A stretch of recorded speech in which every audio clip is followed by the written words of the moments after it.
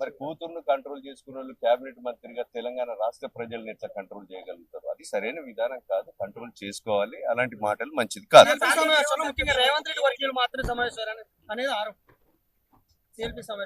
చేతి గుర్తు మీద గెలిచిన వాళ్ళం.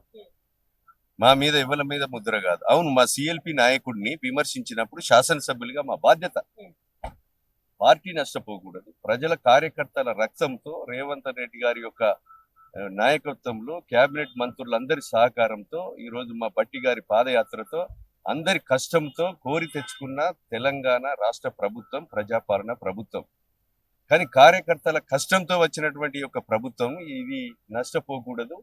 ఇది సంక్షేమ పథకాలతో, ప్రజా సంక్షేమ పథకాలతో ఏదైతే ప్రభుత్వం కొనసాగుతుందో ఆ కొనసాగేటువంటి యొక్క ప్రభుత్వం ప్రతిపక్షాలు ఎదుర్కోలేక ఇది ఒక కుట్ర అనేది మేము భావిస్తున్నాం.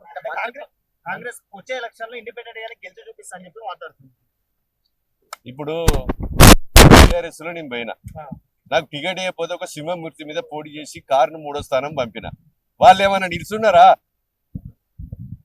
అదంతా ఎందుకు అన్ని మాటలు? Subscribe us and press the bell icon for more interesting updates.